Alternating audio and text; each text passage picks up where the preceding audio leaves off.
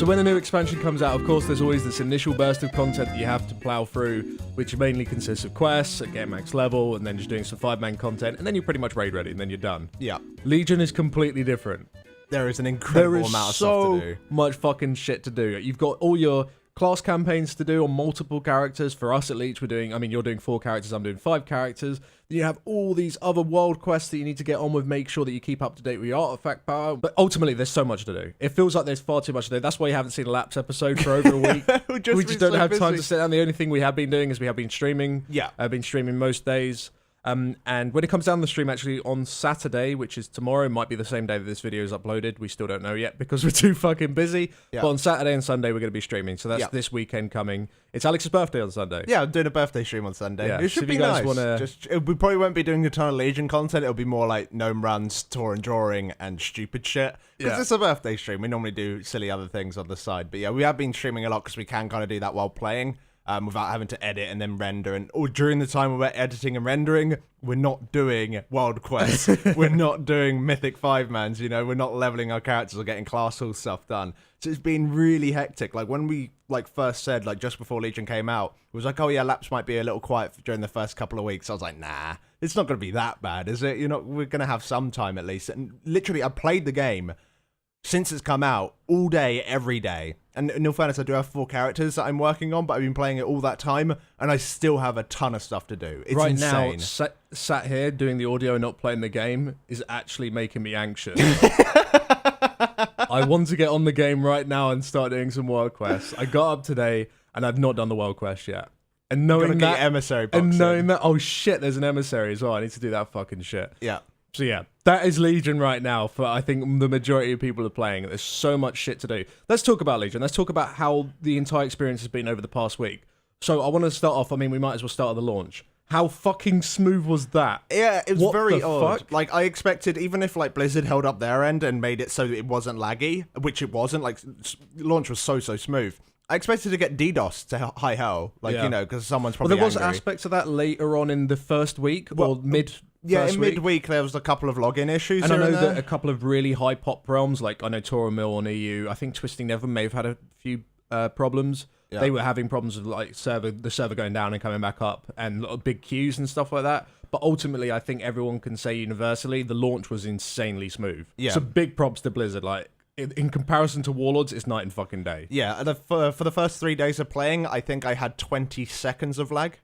That's about it. That's all I can really remember. There was 3 lag spikes where everyone was everyone was like, whoa, lag. Everyone in guild. It's like an earthquake. Yeah, exactly. And everyone's like, is it lagging? Is it lagging? Yeah, it is. Okay, no, back to normal. But yeah, the game's been absolutely amazing. I was so surprised because with Warlords, it took me so long to even get through the zone, get started, and all that. And you got lucky stuff as well in Warlords, because everyone was stuck at the garrison banner, where you start the garrison. Everyone got stuck there because that's where the bug was, and everyone just got lagged out. Yeah. Whereas you managed to skip past that. It still took me 15 hours to get exactly. The Nagrand was a mess, but it's been incredible. The fact that everyone goes to different zones, I think, really does help out. And generally speaking, it feels like there isn't that many people out in the world during the first week. Because I'm not sure if they're separating the realms or something, or making it so you're in your own little shards or whatever. You do see people, which is great and everything, but it isn't so bad that you can't tag mobs. It isn't so bad that there's nothing respawning and all that kind of stuff. It's been really, really good. The only place where it does feel maybe a little bit congested is now that they've changed the class halls, so more people can zone in. Oh yeah, I actually dislike that, especially for the priest one. For some reason, I lagged like shit in there. Well, it's because everyone's putting loads of feathers on top of the thing, and there's loads of spell effects going on and stuff. Yeah, it's very it's maybe a little bit over the top. So they might want to tune that down. Yeah, when class halls, of course, first came out, you might see a couple of people in there, and then it was after the first reset, you literally saw everyone in there. Yeah, there's hundreds of people. Which is kind of cool, seeing all of these players and everything, but it gets to a point where it's okay, that's a little too many. Maybe halve it. It's also quite funny to type in chat and type in, say, I am the best of this class. And you get lots of people get really angry, so yeah, that always works quite well. So yeah, the launch was absolutely amazing. But how did you find leveling? Because you're multi-boxing.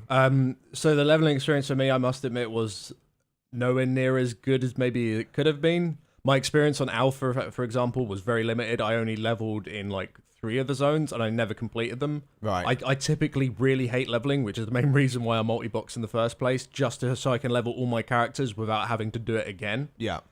Although I will be in the future, sadly.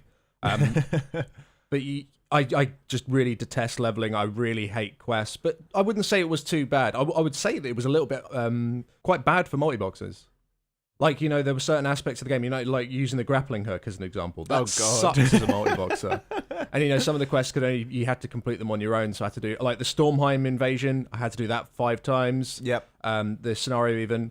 Doing the artifact, I had to do that 5 times. So, you know, I'd check guild chat, people would be 104, and I've only just finished collecting my 5 artifacts. Mm-hmm. So, you know, at the start, it was a bit like, oh shit, I'm falling behind. As soon as all of them 110 and everyone's still on their first character, it was like, now I'm ahead. Yeah, I think you got like 2. Everyone else had like 2 characters at most when you had your 5. I had 5 before the first people had 2 in the guild, apart from other people that were multi-boxing. Yeah, so it's crazy how like it really catches up very quickly. It's a huge boost, a massive boost. Yeah. I still don't get why more people aren't doing it. Although some of the top end guilds are now catching on the whole multi-boxing thing, especially because of how the legendaries drop now. So there's a lot of people in top end guilds say they play a hunter, they're multi-boxing 4 hunters, and whichever one gets the legendary, the right legendary even, they'll just main them. Yeah, they'll just main that particular hunter. So crazy. that seems like quite a common thing now, which is it's definitely kind of interesting. We'll do a whole episode on multi-boxing. I didn't really want to like talk about it in depth today, but multi-boxing while leveling was definitely amazing, and it's even better while doing world quests. In the first week, I did 1,100 world quests. Yeah, across your account. So really, that is like just over basically 200. One world quest is 5. Yes, because it counts as 5 too. So you got the 1,000 world quest achievement. I just unlocked 200 on my like characters. I haven't been doing a lot of world quests because I've actually spent a long time leveling because I didn't multi-box.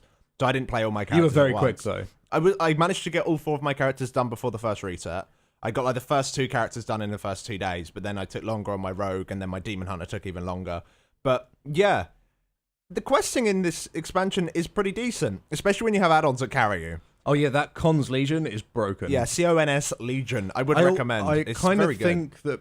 Well, I mean, it won't be working in 7.1 because they're removing... No, in the open world, they're allowing it. That's what they're saying. Yeah, of course. They don't want you to use it in competitive instances, but if you're out and about in the world, things like TomTom and that kind of add-on would work. And this is pretty much just TomTom, but it has all the quests built in, and it tells you exactly where to go. It even takes you to side quests, and pretty much if you follow Cons Legion to the T, and just follow the arrow and just do what it says when you get to the locations, you will get to 110 by the end of it.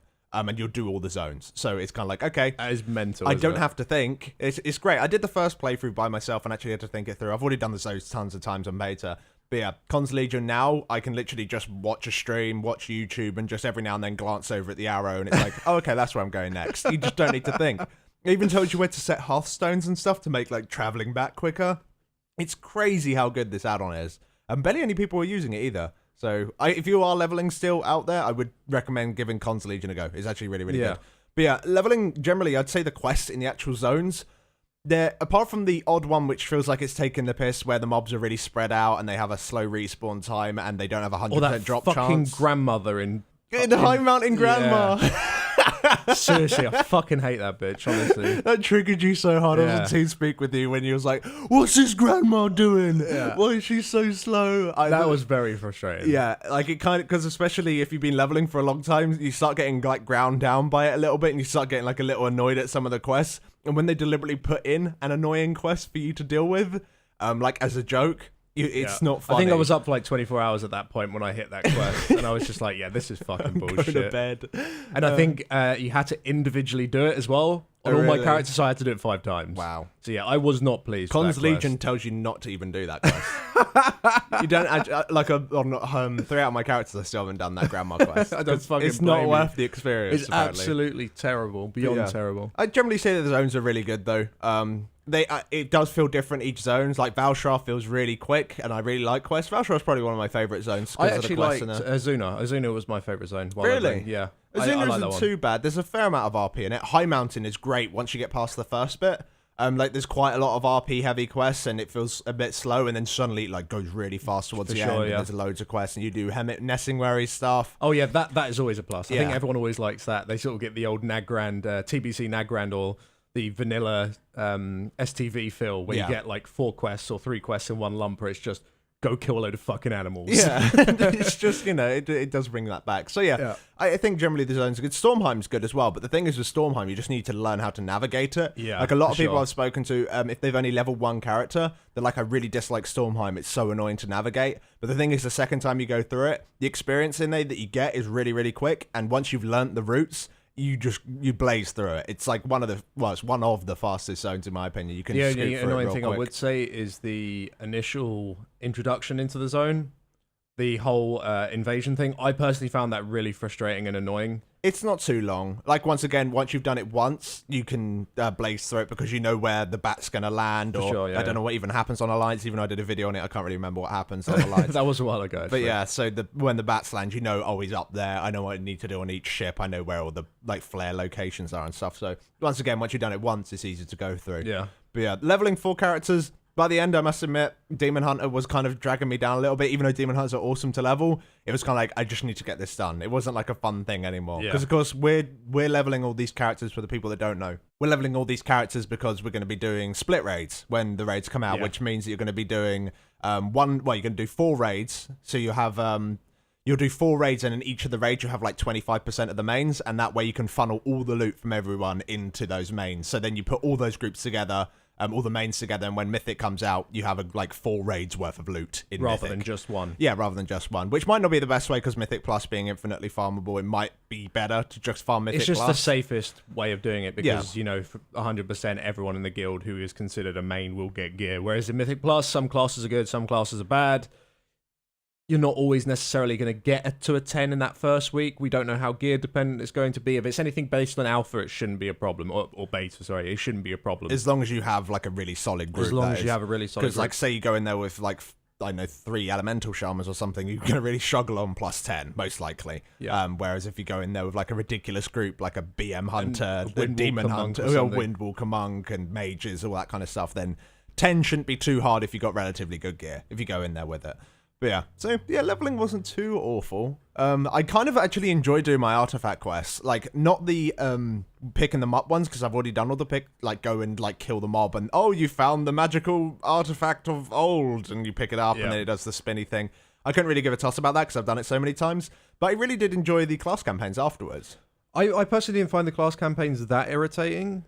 I don't like the way that they were gated by time, and of course, everyone the bug that was in play. So some people were finishing their class campaign within the first week. Some people doing it within a couple of days. Yeah, just because every single class campaign, it gets to the point where you have to start doing missions. Actually, you need to do it twice. Yeah, most you need of them to send twice. off missions from your class scouting map order hall bullshit. I can't remember what the fuck it's called. You need to send off a load of missions on that, and how it was supposed to work is that you send off a mission, you wait however long you need to wait, it comes back, and a new one appears. Whereas some classes, when they sent off one, another one would immediately appear, and you could send that off again. Mm-hmm. So you could complete 3 in the time that it takes you to complete 1. Yeah. That actually happened. Yeah, that's been fixed now, but that actually happened to me, I think, on my Druid. Yeah, I think Druids were getting it My Druid got his shit super early. It doesn't really give you a massive advantage. That extra relic slot is nice, but at the end of the day, this is all shit that you would have done before the raid came out anyway. Yeah, exactly. If you were going to get your relic slot, I don't know, halfway through Mythic progress and you managed to get it way before, then that's a big deal. Yeah. But everyone's going to get it by the end of the second week, even if they're slow. Well, if you're working on it the whole time. But yeah, I think that was kind of lame. A lot of people, don't like the time gating part of it. For me, it's kind of somewhat of a blessing because, of course, I'm having to individually do 4 characters, and I know it gives you an excuse to jump over to another character. Yeah, exactly. My priest and my rogue, they've got those quests on the go, whereas my demon hunter has to go out in the world and do something. So I'll go out on my demon hunter and go kill some rares or whatever. And yeah, I've actually enjoyed it. You go and do some interesting stuff. You do some interesting scenarios and stuff. I won't say anything individually because I don't want to spoil it. But I think the amount of work that's been put into this is incredible. It's amazing. Yeah, there is. You can tell. The fact that we still need to do stuff now in terms of world quests and even, the profession quests. The profession quests themselves are fucking intricate as fuck. There's so much shit to them. I haven't even touched it. I barely touched it, but I know they go super deep. On beta, I did the alchemy one, and the alchemy one it's pretty long as well. You're going to have to go do dungeons, you have to go and craft certain things, you have to go out in the world, and there's a couple of mini games here and there. That stuff. I like this stuff, though. It's really good. But at the same time, it's annoying as fuck because if you compare it to previous expansions, you talk to the trainer, you spam left click, click. You spend a bit of gold, and then you've learned everything. But this is definitely a better system. Oh yeah. Having to actually doing something, you have to be rewarded for going out there and doing it, and that's how they've decided to do it. The thing is, this is probably, like, talking about all of these systems, this is probably one of the few expansions that I would be really interested in playing just casually, even without doing raiding. Yeah, for sure. Like, if I wasn't, like, in a dedicated raid team, or maybe I'm in a raid team that's just going to, do it a couple nights a week, and it's not a big deal, you're playing one character, like, that would still be amazing for me. Like, I'd like this expansion because it has so much content to do. I feel like I'd probably enjoy it a little bit more, especially the first few weeks, if I was just on one character. Because it feels like, because I'm working on all of them, they're all behind, Because there's some people out there, I'm seeing screenshots on Twitter, like, oh, I'm, like, item level 854, and I'm like, dude, like, my main's, like, 840. Like, slow down, I need to catch up. So, it's crazy. I wanted to speak about Suramar, though. Suramar is a really weird place. Yeah. I'm not sure if I like Suramar or not. I like the whole concept of getting certain rep levels of the Night Fallen in order to access the dungeons and stuff. I don't think that's a negative thing. I think 8k was maybe a little bit too high through Honored. I literally just hit that yesterday on my 5 characters. Yeah, same with me. And I've been religious in doing all my world quests and doing the Withered training. We'll talk about that in a minute, I guess. Yeah. Doing the Withered training and everything else that's involved. The only reason why I wasn't 8k sooner was because I did miss out on one of the emissaries, like the very first day's emissary, which I believe was Nightfallen. I'm not sure. If you leveled super, super quick, there was one even before that, which it might have been Kiran Tor, I don't know. Oh, really? Yeah, but literally, if you speed leveled, like, you had, like, 2 hours to get it, and that means you had to, like, go and get world quests unlocked. Sure, you had to work out where it all was. So it basically wasn't going to happen. No one really got it. Like, a couple, like, there's probably about less than 100 people that even did that. So yeah, Nightfallen was the first one, so I guess you missed out on that. I missed out on that one, which is obviously a big chunk of rep, 1.5k. But at least I got for this reset. So Yeah. And of course, there was the bug with the emissary. What was happening, some people were completing it, and then they immediately unlocked it again. Yeah. So they could do the Nightfall and emissary more than once on that very first day. Which is crazy. Which is very big. Yes. Like, being able to do those extra 2 mythic dungeons the first week would be, like, pretty damn big, especially if you get something in there that's actually decent. Yeah, there's a couple little 2 sets in there, and if you manage to get that. I mean, that, even just for the work. artifact power alone, it's pretty damn good. But yeah, I found the, like, whole gating by rep quest lines really weird. Generally, the quest lines, like, I'm saying it's weird, it's just different. I'm not sure if it's a negative or a positive. There's, like, pros and cons to it a little bit. So the quest chain generally, as you're going along, like, it's fairly easy to get to Honored, because it kind of holds your hand to Honored to an extent, especially if you're doing world quests and emissaries at the same time. It's not too hard just to get to the baseline Honored. I would say to get to the baseline Honored part, I wouldn't say that was necessarily easy just from the quest. The quest wouldn't get you there. Yeah, but if you're doing world quests at the same time, well, at least over the course of, like, 3 or 4 days. Yeah. Okay, yeah, maybe it isn't, maybe easy was the wrong word, but I just found the whole area, the fact that you'd go on a quest chain and then it would just end and it'll be like, get Honored, and it'll be like, oh, okay. Yeah. It just felt a little bit jarring, especially if you're actually following the story, which for once I actually am. I'm, like, listening to the voice acting and stuff. Jump into the wild. Jump! It's so funny. So I'm listening to the voice acting and stuff, and it's actually quite interesting, so I'm trying to, like, you get involved with the story and it's quite interesting, and then it just cuts off, and it's like, okay, all right, right, okay, I'll go do something else. There's also loads of, like, once again, I'm not sure if these are negative things. I don't think they are. It's just different. You don't really get this sort of stuff. Loads of just random quests out in the world. Yeah, there's loads of hidden quests around Suramar, and the thing is, quite a lot of them require you to be have the mask on. Yeah. For you to even see that they're there, which is kind of frustrating. So unless you're, like, someone that's read the fucking Wowhead Suramar guide from top to bottom and actually took in all the information, you're never going to find half these quests. Yeah, well, but it is kind of fun to, like, bump into them by accident, and it's like, oh, there's a quest chain here. I wonder if it gives rep. No, it doesn't. None of them fucking give rep. It did, however, give me a shit ton of artifact power. And it also unlocks world quests that do give rep. Exactly, yeah, so, that's true. Like, I feel like a bit stupid because I've missed out on a couple of world quests because I didn't go out in the world and try and find these things. Such as the dinosaur one. Yeah, the dinosaur one, which is really fun the first time. And the wine one. Although that is part of sort of that's like the main the question. part of Honored, yeah. So the dinosaur one is really fun the first time that you do it, but after that it kind of loses its crazy dinosaur rampage fun. It kind of loses that aspect of it. Well, that's one thing I wanted to talk about in terms of world quests actually. So it's a bit of a complaint really. Okay. I don't like how they've reused some of the quests. Oh, really? When it comes down to world quests. So you're basically completing quests that you've already done while you were leveling up. I think it would have been much better if they wasn't lazy with it. If they made it so they would I know there's loads of unique world quests that aren't part of the leveling experience, and apparently there's over 1,000 world quests. I've heard that number. I don't know if it's actually official, but there's a lot. There's a lot, and they're on a rotation, and eventually new ones pop up here and there. I like the idea of world quests. I really enjoy doing world quests. I don't enjoy doing world quests that I've already done before as a normal quest. Well, the thing is that... In my opinion, it's lazy dailies. So, for example, there's the one in High Mountain where you have to go destroy... you have to go help like the little farm that's directly underneath Thunder Totem. Yeah. That one is fucking bullshit. I mean, yes, sure, it's super quick and you get artifact power for it. Rewards are great in terms of the time you spent on it, but it's something you've already done before. I don't think it's a massive deal. And the reason I don't think it's a massive deal is because... It's not a massive deal. I'm not making it a massive deal. No. As in, I don't actually mind it at all. I don't mind that we're going back and doing some of these old things because we're not doing it every day.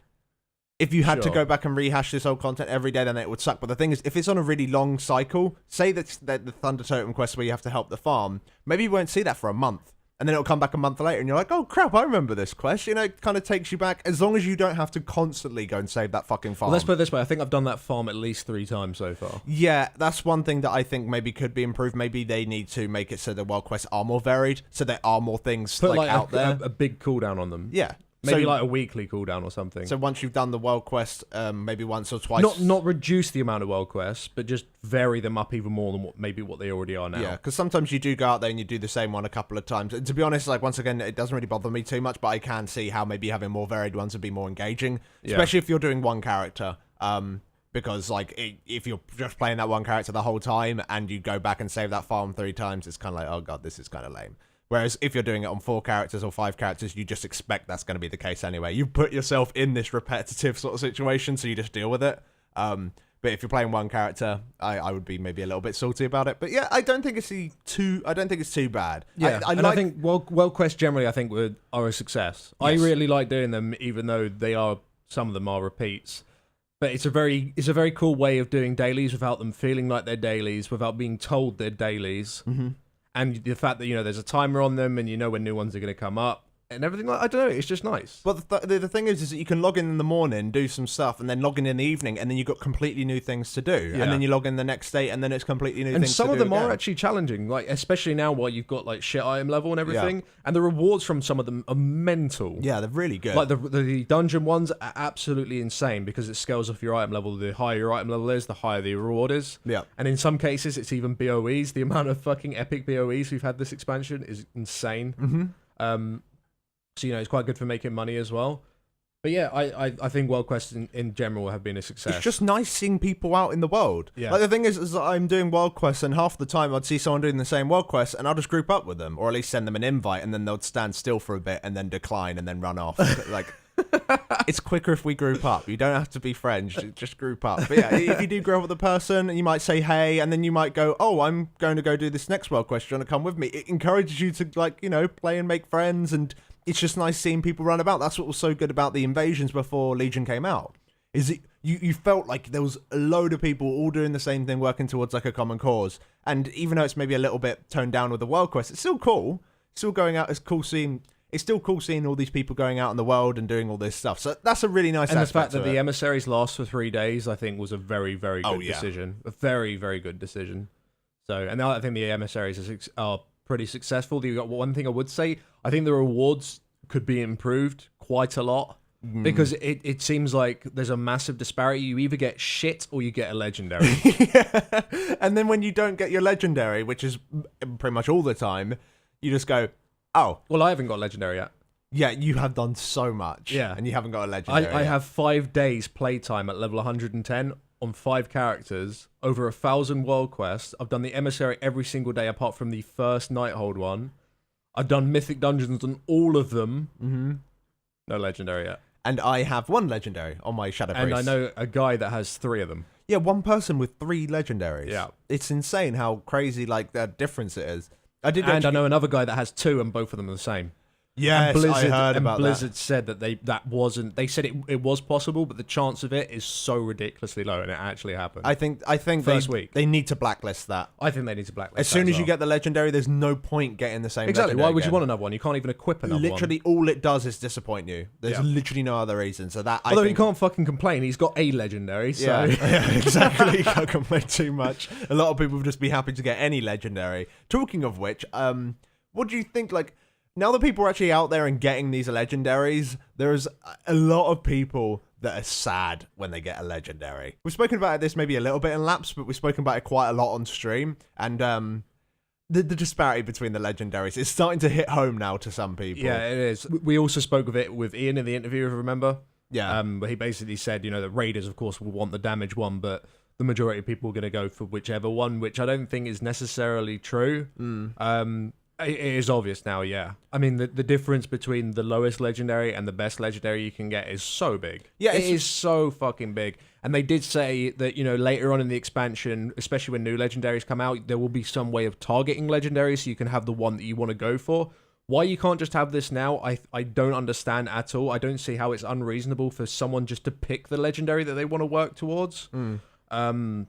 I just don't think it does any damage, and then people can choose whichever one you want. And then people are going to say, well, that means that people are always going to pick the same one. Well, you pick it depending on what type of player you are. If you only want a PvP, pick for the PvP one. If you only PvE, then pick for the one that gives you the most damage. What they could If you're a player that just plays casually and wants to do random shit out in the world and just have fun or whatever, then pick the legendary that gives you flight and allows you to do backflips and do all sorts of crazy shit. One thing that they could do is maybe put them in sets.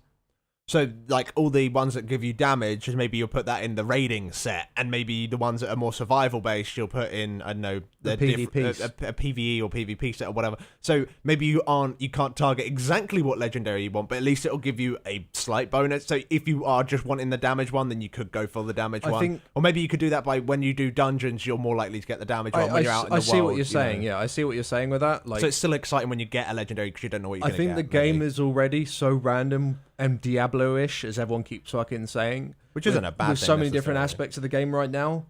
But I think doing it with a legendary is a bad idea. Well, they are just so because powerful. they are too powerful, and they are going to be important in raids.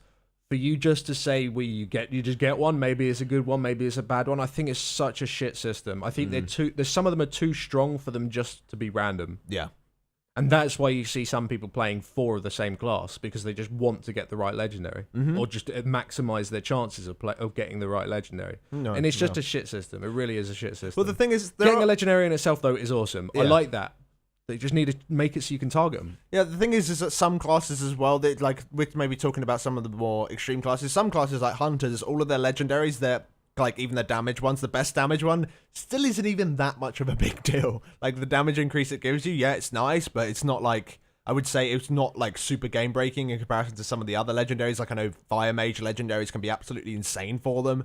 So yeah, like once again, it's just a huge disparity between them all, and it is making some people salty. Like there's some people that are getting a legendary, like the legendary neck. The one that gives you a shield, like a 15% shield if you haven't taken damage. Yep. If you ask me, that is a super cool legendary. Like, I think that has so many raid uses, it really makes you want to make sure you avoid every last bit of damage, so when that giant bit of AoE comes in, you don't die from it, or you help your healers out. Like, it encourages a more safe playstyle, and it changes things up. That's really neat. Like, raiders, like, generally speaking, they'd be sad if they got that one rather than 10% more damage or whatever it happens to be, And that's a shame because there's so many cool ideas. Yeah, the amount of times that someone has got a legendary in guild chat and just immediately said afterwards, I don't even want it. Yeah.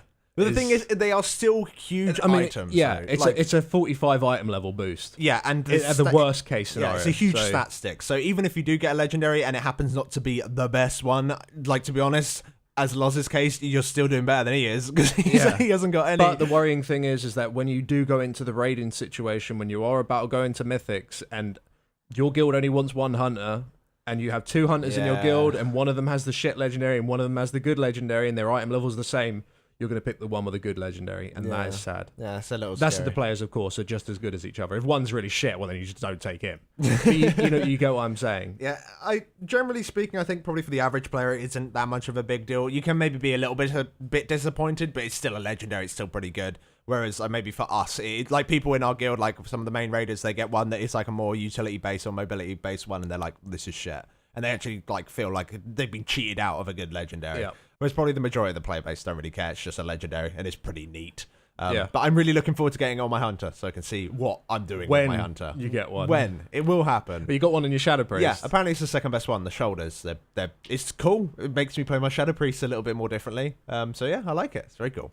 But going back to World Quests. Yep. Because of course that's where you gain all your fucking legendaries. Mm-hmm. Withered training. I thought this was something that we could maybe talk about a bit. I think the Withered training is good. I like the Withered training.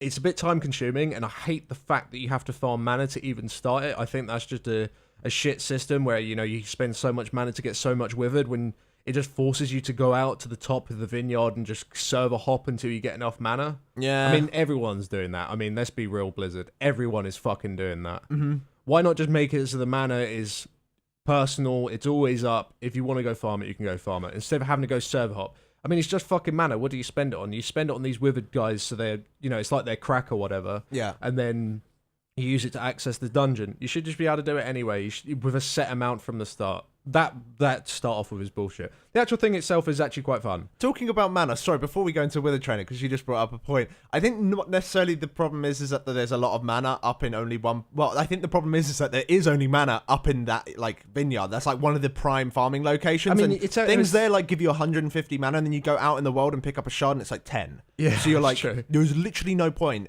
farming mana in most places, which I think sucks. I think you should be able to run around the Suramar and get mana, or maybe go down into the catacombs and actually get a lot of mana rather than these little itty bits Maybe of shit. the amount that drops off mobs could be improved. Yeah, that too. Because it's like minimal. It's like it's 1 absolutely to nothing. 3, something like that. But I don't think necessarily going out and getting the mana is an issue, but the fact that it isn't personal and there's like pretty much nowhere else to get, there's like a couple of prime farming locations to go and get them, that's the issue. If push comes to shove, you can just buy It's just it, frustrating but because expensive. it's some shitty resource that just instantly goes when you start your Withered mission. Yeah. Just so you can get more dudes. It's like, oh, you did a really boring task here. Here's a reward. Yeah. Why not just make it so that it's a flat amount and you just take the same amount of Withered every single time? Or as you unlock more mana, make it so just the amount of Withered that come with you is always maximum. I don't know. It's not a big deal. Regardless, it's just fucking annoying. The Withered training itself, I think, is really, really good. It's a nice little mini I think game. it's tuned pretty well.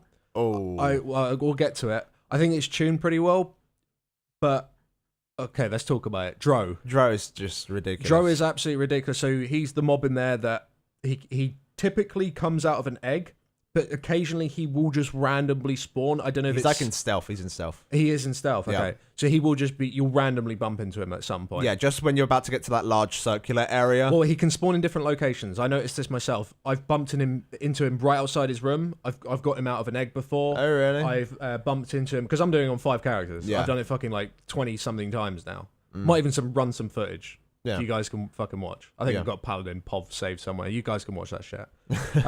And he is just ridiculous. He's incredibly unfair for the classes that can't deal with him. The only way that the class that basically if you're a class that doesn't have an on-demand stun with a low cooldown, so less than 60 seconds, the only way you can kill him is with exceptional burst because he kills all your Withered dudes with a charge ability. And there's not really any way of preventing him from doing it apart from with a stun. Yeah. I believe knockbacks might interrupt the animation and he'll come back to melee hit you, but the problem with that is he hits like a fucking truck. Mm-hmm. So essentially, the people that were able to deal with him and actually keep all their Withered alive within like the first week while they didn't have that much gear, maybe like pre-mythic dungeons, was pretty much tanks. And hunters. And hunters as well. Basically classes that had something to tank him with. Yeah. And hunters, of course, can run away. Or if you could cheese him in some way, yeah. Yeah, but the general strat is as soon as he starts to charge, stun him, put all your dudes on their aggressive mode so they do, what is it, 95% more damage? 75%. 75%. So they do more damage, and you have to kill him essentially before he kills your entire team. Yeah. Or he kills you. So I've been doing this as a Boomkin. Boomkin, I think my best result was 25% on him before I just flat out died. just can't keep myself up. Yeah. You know, and that's using Displace a Beast. Every time he shadow steps you, Displace him beasting away. And the problem is because he's running around, the way that the projectile works from the Withered is that it doesn't always do damage because it is a projectile. Oh, really? Yeah, it's basically like loads of little mini shadow crashes. Oh, okay. So unless the mob is stood still, they don't always do damage to it. Right. So while he's running around chasing you, your Withered aren't actually doing as much damage to him as they could be. And they all die anyway. And they all die anyway because he's charging around. So that's using Blink using your 5-second stun, everything like that. I just couldn't do it. I don't have very good gear on my Boomkin. My artifact weapon has nothing in it because I've thrown it all into Resto because I'm not going to be doing Boomkin. But that's an example. I managed to do it on my Shadow Priest. I don't know how, but I managed to do it on my Shadow Priest. You went there with 20 Withered, I went in there with 20 Withered to start I think with. if you have 20 Withered, you can kind of get away with it. Well, I think by the time I got to him, I got quite lucky in the instance anyway, and I had 30 dudes left. Wow. So when that early? When I That's did crazy. get... Well, no, I think I cleared almost everything, and then I bumped into him outside his room. Oh, okay. So I had 30 Withered, there was no people nearby, I could send them all on crazy, and of course I was using Light Bomb, so I could stun him there and then. Yeah. The problem is that as soon as he comes to you, he can almost 3 or 4 shot you. Mm-hmm. So you have to time perfect dispersions and just spam fucking heals on yourself and just hope that he doesn't crit you or something. Yeah. Elemental Shaman couldn't do it, just flat out Elemental Shaman is just garbage. Windwalker Monk was just able to blow him up because Windwalker Monk just has really good CDs right now, and you can kill other mobs nearby and take orbs off them to keep yourself alive.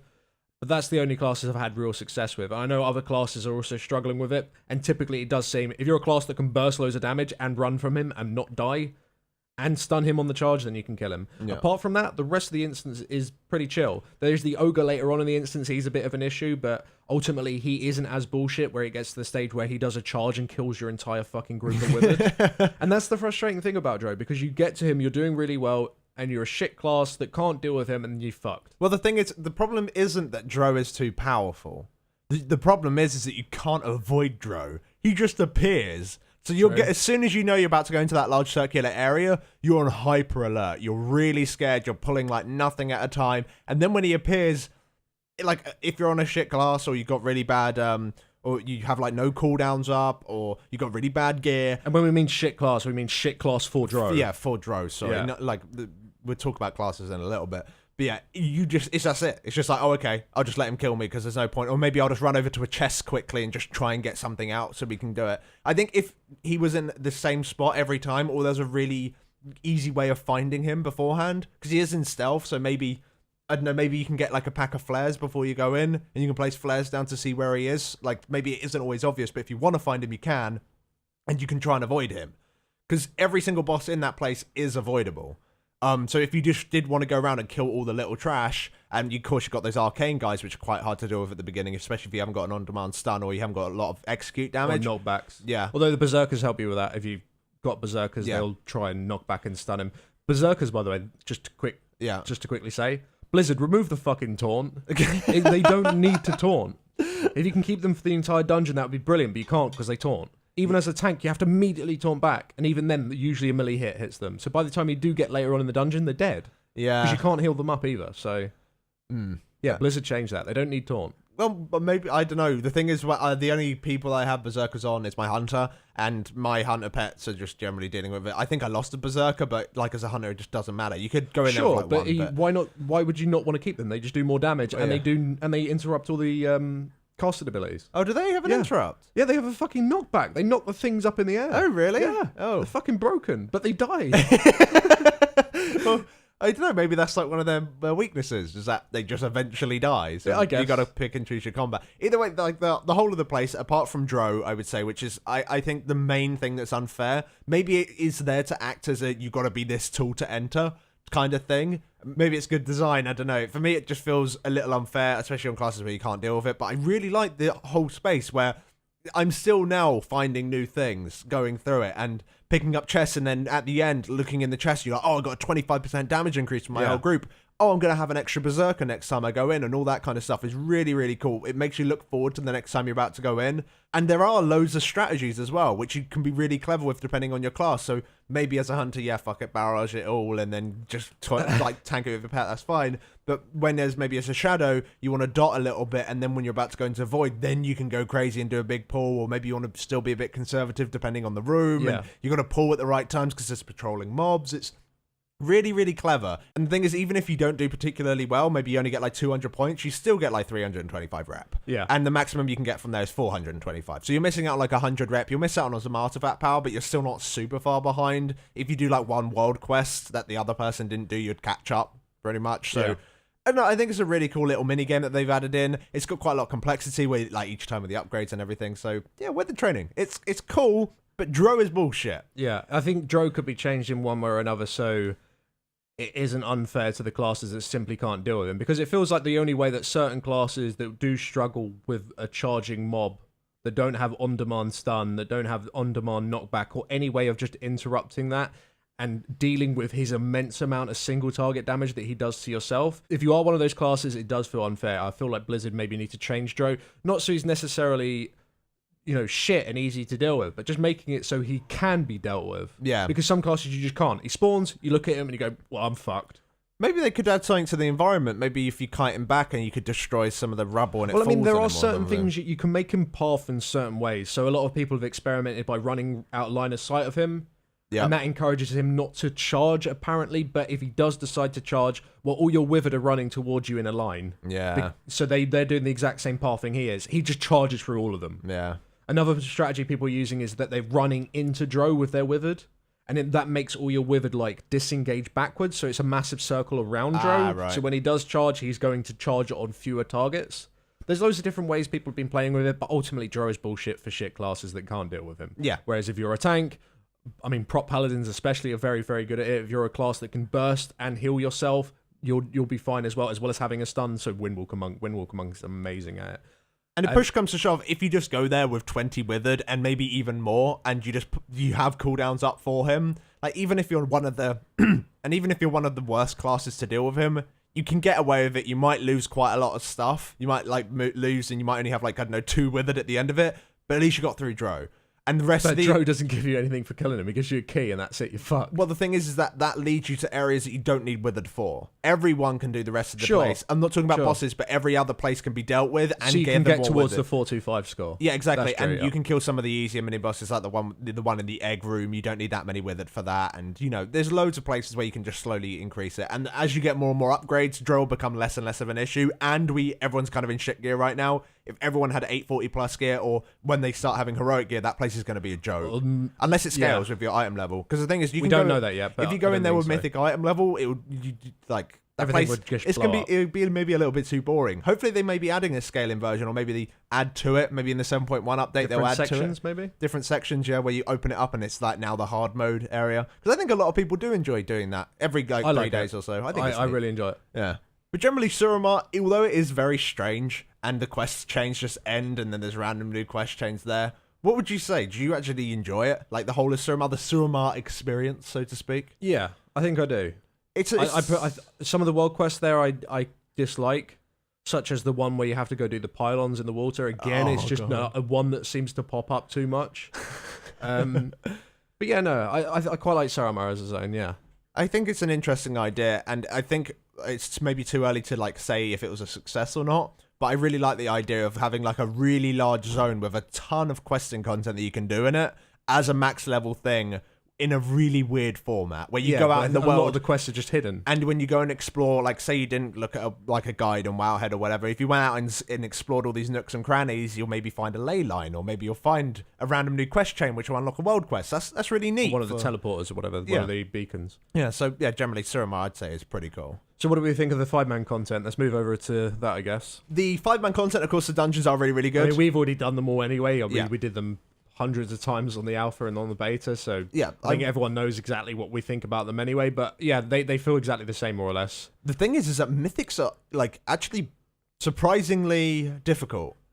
I wouldn't say they were surprisingly difficult. I'd say they're surprisingly demanding. Yeah, that's what I think was a better idea. Because the thing is, the first week we were going in there with item level 800, which is really not recommended. Generally, we've been saying 815 if you're in a guild group is probably a reasonable level to go in there, and 820. But you could literally jump. I mean, the amount of groups that we did the first week where people literally just hit 110 on their 3rd or 4th character, and then immediately went in a mythic dungeon. Yeah, that shit happened all the time. Yeah, so it is possible. It's possible. It's just it's difficult. Yeah, it's just not. It's not ideal by any means. But the thing is that I know that there's quite a lot of people out there that are really put off by mythic dungeons because of the mythic tag, and that's really, really sad if you ask me, because we spoke about this on stream. So I think it was Vanish who said it, who said that mythic shouldn't be called mythic, it should be called heroic plus. Yeah, because that makes way more sense, because the difference between heroic and mythic is literally just more damage and things have more health. And there's very, very few, and if they are, they're very minute mechanical changes. Yeah, they're more if you get hit by an AoE, now you also get feared. It's normally just extra punishing stuff. Like, so if you fuck up, you get punished more for it. One, like, huge change I would say, actually, is Vault of the Warden's second boss. The fact that you can't interrupt that sap soul. That's probably the biggest mechanical change in the entire place. Everything else, like, normally is just, I don't know, things happen a little bit faster, things do a little bit more damage. You know, like, it feels kind of like maybe a bit out of place. Like, I like Mythics, and I like Heroics, but because they're so similar, it kind of feels like... It feels like one of them isn't necessary. Does that make sense? Yeah. I mean, they make sense in terms of item level. You can see how you jump from one to another. You can see the progression, but they do feel very similar. Heroic and Mythic are very similar. Yeah, so I'm not sure, like, especially in some dungeons, it feels like literally the exact same thing. So it feels like maybe in some cases it feels like one of them shouldn't exist. But one thing that actually I'm really quite, like, annoyed about talking about Mythics is loot from them. Yeah, okay. I see where you're going with this. Loot can be extremely frustrating, like, because we've been generally trying to make groups of the same archetype so you can trade it around with personal loot and everything. But sometimes you'll go 3 dungeons and you've got, like, nothing. Like, you've just been unlucky and you get maybe 1 bit of loot. So how the loot system works in there is that every single boss is guaranteed to give your group 1 item. Yeah. So every time you kill a boss, you know someone in your group is going to get loot. I like that system. Yep. But that someone could never be you across every single Mythic dungeon. The chance of that will happen is probably very close to nil, but it could happen. The thing is, especially because right now, Mythic dungeons take quite a long time. Yeah, they do. Yeah. Because everyone's got, like, terrible gear and whatever. And if you haven't got a very good setup, like, it can take forever. And once you get through that, I don't know, maybe you spend an hour in a dungeon and you get to the end of it, you look at your character and you're like, apart from, like, maybe 800 artifact power, which is like a couple of world quests, I haven't really gained anything for this task that took me a long time to do. I honestly think that there should be a chest from the last boss, like there is in Mythic Plus, that just gives you everyone 1 bit of loot. Or maybe if you've already looted 1 bit of loot in the dungeon, maybe you don't get a bit of that loot at the end. Maybe if you've just got dicked from every single boss, there's like a pity box at the end, and you loot the pity box, and you're guaranteed at least 1 bit of loot from like a Mythic 5-man. What I don't really... I mean, I kind of understand why it isn't, but I don't think it would hurt the game if they did decide to do this. So Mythic Plus is farmable. You can essentially do it as much as you want. Sure, you need a keystone, but there's going to be so many keystones coming out your guild's arsehole that you'll be able to farm them as much as you want. There isn't going to be enough time in a week for you to do every single keystone in the guild. It's just on not, all alts and stuff. It's just not going to happen, ever. Why can't you just farm Mythic? Why is there a raid ID? Why can't you just farm it as much as you like? Oh, what, Mythic? 5-man? Just normal Mythic. It's interesting. Why is there a lockout on it? Does there need to be a lockout on it? The only reason why I believe there is a lockout on it is because they don't want people to go in there, kill the first boss, leave, first boss, leave, just so they can keep farming one particular item, say Horn of Valor in Halls of... that would happen. In the Hall of Valor on the first boss, can't remember his name. For some classes it would happen. For some classes that trinkets, whatever. You could go in there and just farm for one particular item over and over again. Maybe they don't want people necessarily to do that, and I can understand why they wouldn't want people to do that. But then again, it does seem odd that you can do as many heroics as you want. Sure, you're locked out to a particular one in terms of like signing individually for it, but you can just sign random and eventually you'll get it. Yeah. But for Mythics you can't, and Mythic Plus you can. So yeah, and like if they're going down the reasoning of Mythic Plus being infinitely farmable because you always want to have someone to play with, maybe you log in on a Sunday and everyone's already done their Mythic Pluses. Well, they'll still want to come do it with you. I don't know. Maybe because, like, we say it's infinitely farmable, but it isn't. You always need a keystone available. Maybe that's why you, like, because keystones are, like, quite a big deal, and you might feel left out if your keystone goes unused. That's why it's more, like, farmable, whereas doing Mythics, I don't know. I'm glad at the moment that they're not farmable. Yeah. Dude, they take far too long. we probably wouldn't be doing this episode. No, we would not be doing this episode. So I'm glad that they aren't farmable. It does kind of, like, lessen the load right now. Maybe in the future they will be farmable. But I think having a week-long lockout on it is fine.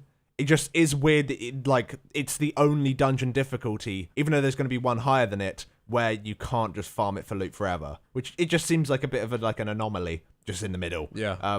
So maybe that will be addressed. Maybe that's how they want it. I don't know. It just seems a little bit odd. But yeah, the fact that you don't always get loot from Mythic 5-mans and maybe you can do like a ton of them in a row, it can be really demoralizing. And considering they are hard, I honestly think... some people got dicked. I got dicked, as an example, on my Paladin. My Paladin got fuck all. Did every single one apart from Archway and the Court of Stars. But yeah, got dicked first week. Yeah, and this week I've not done it yet. I'm waiting for the artifact knowledge to come through. But I think that generally just giving one bit of loot per instance to a player, if it's like, say they did get guaranteed last boss. Last boss is just guaranteed to give you loot, I guess. Yeah, and one thing to mix it up and make it a little bit more interesting is so instead of like you'll only ever get loot from the last boss that is for him, but they make it so you get like one random loot from the entire dungeon or something. Yeah, something like that. I think there's lots of ways cool. of doing it, especially because the last bosses are always the hardest one, generally speaking, in there.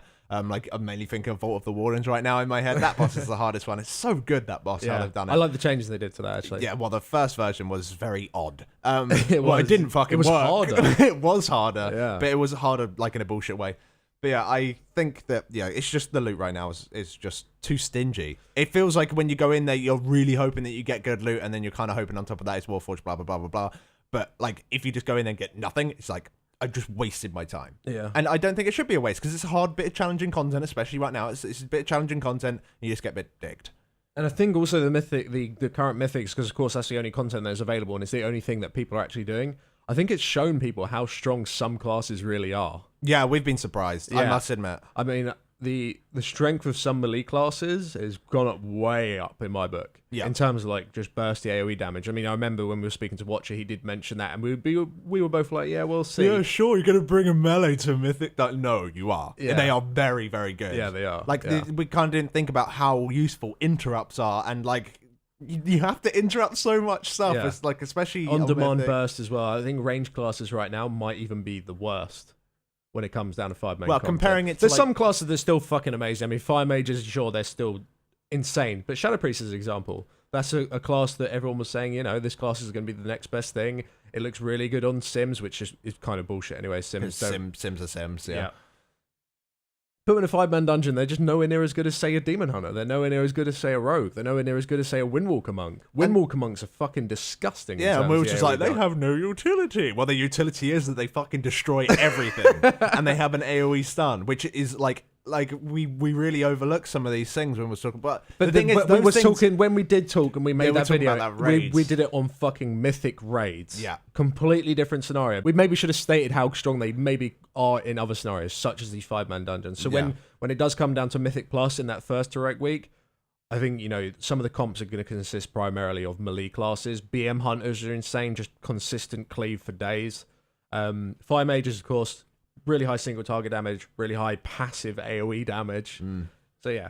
Yeah, it's like a whole new meta, and it's like you're starting to see the beginnings of that Mythic Plus meta, where like there's going to be a new tier list for Mythic Plus. I think it might be quite varied as well. Yeah, it is, and I think it will depend on your comp, because maybe you do, like, because there's no point bringing 2 AoE stunners maybe when you could bring an AoE stun and maybe like an AoE incapacitate, or like as an example. That's probably a really poor example, but you know what I mean. Like, you want to bring different forms of CC, and maybe you want to make sure that you have different forms of actual hard CC. I mean, like trash stopping CC, where you can sneak past them. That shit is useful in Mythic Plus. We were doing double rogue in Mythic Dungeons. Oh, did we? Didn't know trash. Double rogue is insane for Mythic Dungeons. Yeah. For anyone who's listening, do it. Yeah, if you can get a full level group, we did double rogue and demon hunter. In all fairness, that was probably a poor decision. We did double rogue, demon hunter, Mistweaver, and Brewmaster. Yeah. So it's just a full level group. And the thing is, we had no range, so like loads of mechanics like shouldn't be in melee. It was fine. It was fun, but Mistweaver's insane for healing 5-mans, by the way. Yeah. Really fucking strong. Yeah. Really strong. So it's really interesting to see how some of the classes that I've kind of put out of my head, because they might not be the best thing for raids, are really showing up in Mythic 5-mans. And I can't wait to see what it's going to be like in Mythic Plus. I'm going to be keeping a really close eye on that, because I know that there are people out there that, of course, they're still going to raid because raiding gives the best gear. But when they're not raiding, they're going to be doing like super hard Mythic Plus pushing. And as long as people make those videos readily available of how they did it, I think that a lot of people will enjoy seeing that. So when maybe world first level 15 plus or whatever, they throw a video out, I'd love to watch that. I'd love to see all the cheesy shit they do, and then that'll encourage other people to do that cheesy shit and see if they can get to 16, Maybe there'll be a little mini race going on in there. And I think that's, why not, eh? Because it's something to do during farm time, during raids, which is typically, at least for raiders, probably one of the most boring parts. For sure. And there's always this like infinite progression thing with like it's like a whole new version of the game, like on the sidelines where things are good which aren't good in raids. So it's really great. I'm really looking forward to how that plays out. But I guess to conclude this video, because we've got to end it at some point. Because we've been talking for like an hour or some shit. Yeah, so we got to get back and play the game. I got to do fucking world quest. Yeah, I've got Mythic runs tonight on my Hunter. fingers crossed for Legendary. It's going to be awesome. So yeah, just to conclude, I guess this is like a review of Legion. It's we've got to go so much more in depth on all of these. We still haven't subjects. talked about like the phone app. We haven't talked about the 7.1 announcements. Have you seen Karazhan? It looks so good. It looks so cool. Oh, we've got to talk about all this stuff, and we will be in the upcoming laps, as well as on the live stream, which, to remind you, we're going to be streaming on Saturday and on Sunday for my birthday stream. So yeah, come birthday streams on Sunday. Yeah, birthday streams on Sunday. But if you want to join us on Saturday as well, you're more than welcome to. Yep. And yeah, we'll leave the episode there, I guess. So thank you very much for watching, guys. Hope you enjoyed this episode. Drop a like on it if you did. Also, a big shout out to all the people that support us on Patreon. You allow us to keep doing this shit. We love you for it. And we'll see you in the next episode, whenever that will be. We can't say. We have no fucking clue. We'll try our Hopefully best. another one before the raids. But anyway, thanks for watching, guys. I'll see you next time. Thanks for watching.